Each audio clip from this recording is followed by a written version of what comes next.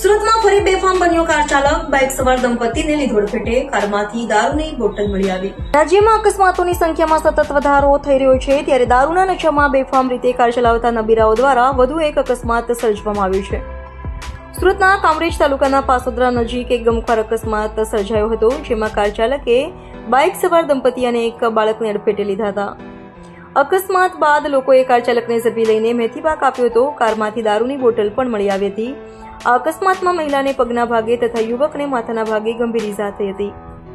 તાત્કાલિક રીતે બંનેને સારવાર માટે હોસ્પિટલ ખસેડવામાં આવ્યા હતા. અકસ્માત બાદ સ્થાનિક લોકોમાં ભારે રોષ છવાઈ ગયો હતો. લોકોએ કાર ચાલકને પકડીને મારપીટ કરી અને મેથીપાક ચખાડ્યો હતો.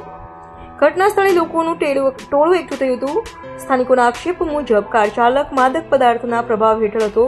પોલીસ તપાસ દરમિયાન કારમાંથી દારૂની બોટલ પણ મળી આવી. રોષે ભરાયેલા લોકોએ કારમાં તોડફોડ કરી અને નુકસાન પહોંચાડ્યું હતું. લસકાણા પોલીસને જાણ કરવામાં આવતા તેઓ ઘટના સ્થળે પહોંચી તપાસ હાથ ધરી હતી.